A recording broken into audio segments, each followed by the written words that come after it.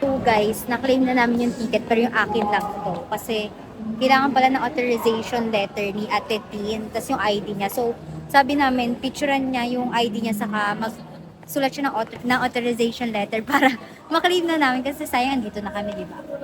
So, ayun guys. Saka baka nga hindi niya pa maklaim agad-agad at busy person. Oo, at least ngayon makiklaim na. Pero matagal pa naman to guys. Yun lang. Magpapakilay na ako. So, today is April 17, birthday ni Mama. So guys, tapos na akong magpakilay. Tapos, si Ate Tina daw yung mag-claim. Ba yan? Sayang, pipicture ako kasi sana. 2,000 years later.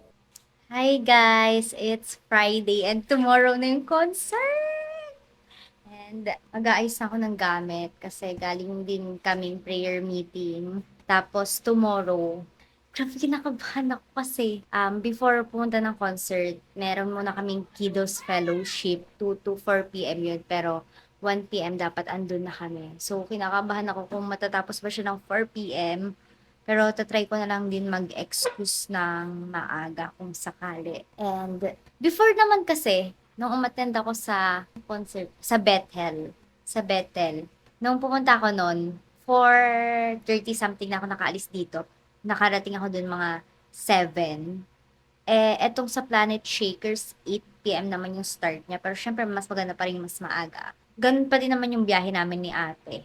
Pero ngayon kasi kasama ko na sila ate. Last time kasi, nasa Bethel. Ako lang mag-isa. Ngayon, I hope kasama na. So, ayun guys. And medyo mahigpit sa Planet Shakers when it comes sa bag. 30 by 30 lang yung ina-allow nila. Nung sa mga previous kasi na na-attendan ko, dalawa na na-attendan ko, medyo okay na sling bag, which is, di pa rin naman malaking sling bag, pero parang, basta medyo malaki siya sa 30 by 30. So, ewan ko. Pero sabi ng mga day 1, parang medyo mahigpit nga doon sa bag. Gusto ko andalin tong camera, pero kinakabahan ako baka kasi hindi pwede. So, I don't wanna risk it. Pero gusto ko siyang dalhin kasi sabi pwede naman daw. Ang bawal lang is DSLR, saka mga selfie stick, ganyan, and yun. Pero dadalhin ko tong Digicam kasi pwede naman daw Digicam. So, dadalhin ko siya pang picture-picture lang. Ganun. Haba lang ng buhok ko. So, ayun lang guys. See you tomorrow. Bye! Hi guys, good morning. So, today is the day ng concert pero maaga pa naman. 9 a.m. pa lang. And mag-devotion muna ako saka aaralin ko yung ituturo ko bukas kasi first service ako magtuturo sa Kiddos. Alam ko late na ako makaka-uwi mamaya. Yun, aralin ko muna. De-devotion ko na rin yun. Saka, de-devotion na rin ako. Tapos, inaantay ko tong sapatos na to kasi ito yung gagamitin ko today. And sabi kasi sa deliver, ngayon ko makukuha. Akala ko mamaya pa. Buti ngayon na. So, ito, sapatos to guys kasi wala, give ko na rin sa sarili ko. So, open ko muna guys. So guys, ito na siya.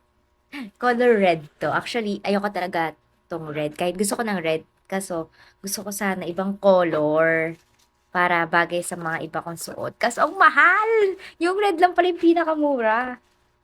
Ito. Wow! Wait lang, suotin ko na. Listen, Mimi. So, we're eating breakfast, guys. Pansit Canton kay mama na yan. Yan, they're Are you eating. filming? We have milk. No film. So, we're talking about Barney and Wayne No! didn't know who Barney is. Trailer! So, ayun lang naman. She No, kain did na kayo. it first. Bye na kayo. Bye.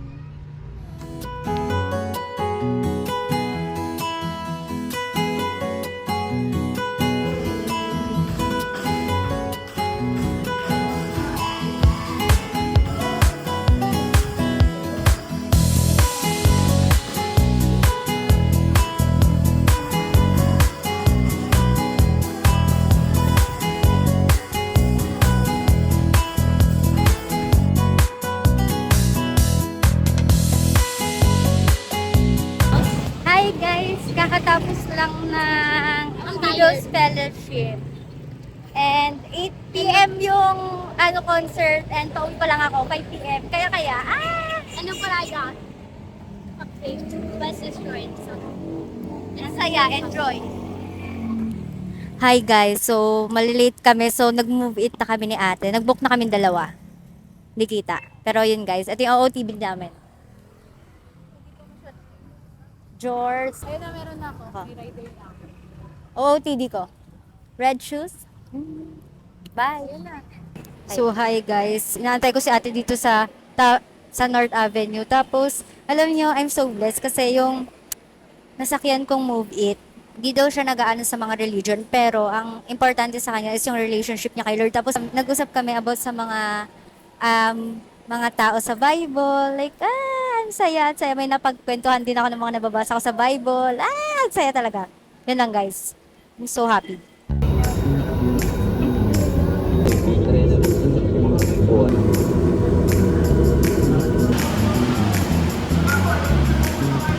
Hi guys, nandito na kami. Waiting kami kay Ate Tin and Ate Pat. With Kuya Kilo.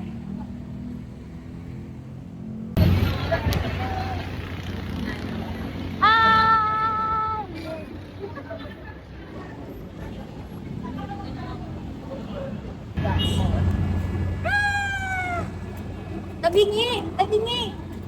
Bakit tabingi?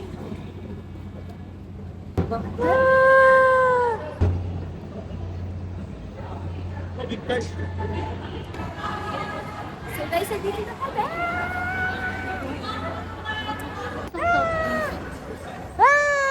Dati guys, tinatakbo ko lang ito mag-isa. Ngayon may kasama na ako. Di ba? Next time, partner-partner na kami. Pero hindi pa sa ngayon. Okay? Hindi mo na ngayon.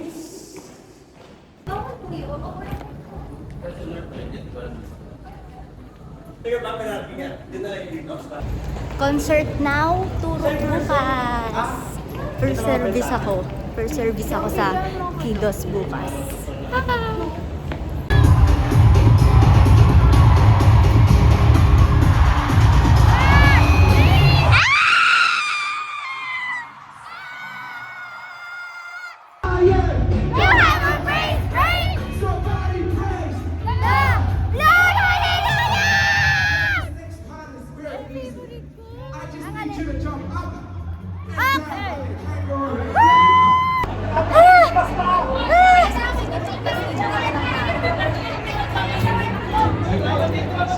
Five minutes break!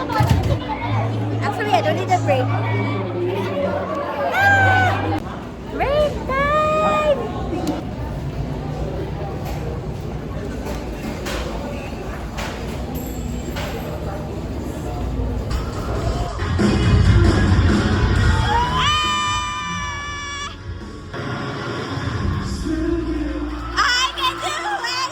Carrying something, or you're living in something, you're living in your past, you're living in, I don't know, sin, or you have offense, or you have hurt in your heart.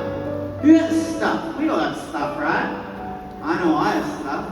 But even though we go through life and we experience all kinds of stuff, Jesus died so that we could be redeemed and saved. For it says in Ephesians 2 that we were dead in our trespasses and sin, following the course of the world, following the prince of power of the air, the spirit that's now working, created in Christ Jesus for good works which God prepared beforehand that we should walk in it. Why am I talking about that? Because you and I might be stuck. You might be living a life that is driven by your mistakes. You might be living a life that's driven by your past. But God didn't die so that you would just live in your past. Jesus didn't sacrifice himself and rose 3 days later so that you just have to live in your mess. You can be set free today. You can find healing, redemption, and salvation if you call on the name of the Lord. And that's what we want to give you an opportunity to do tonight, to receive that salvation. So you don't have to walk in your sin and your shame. You don't have to walk according to the world and these worldly philosophies. You can step into right relationship with Jesus and be saved.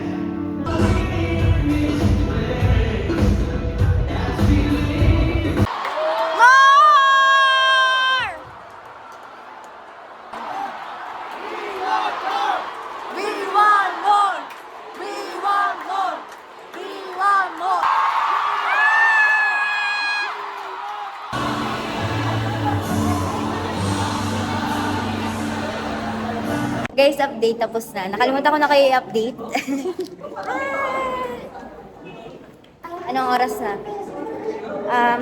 10:36 na guys.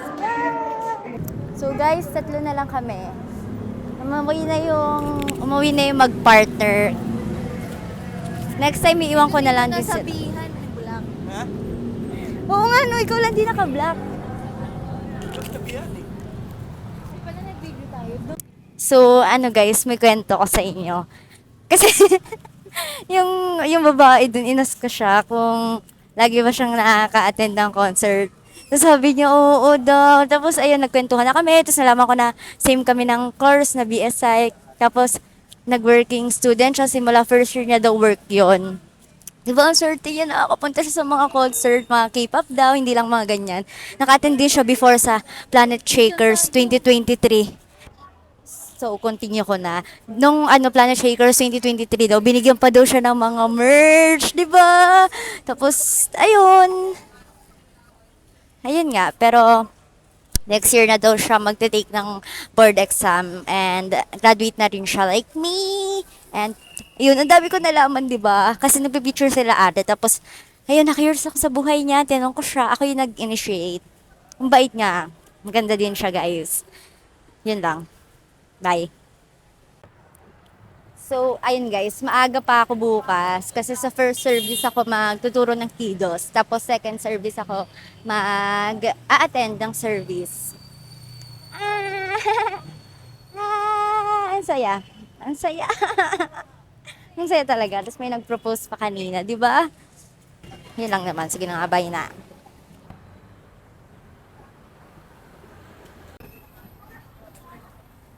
Now, the waiting.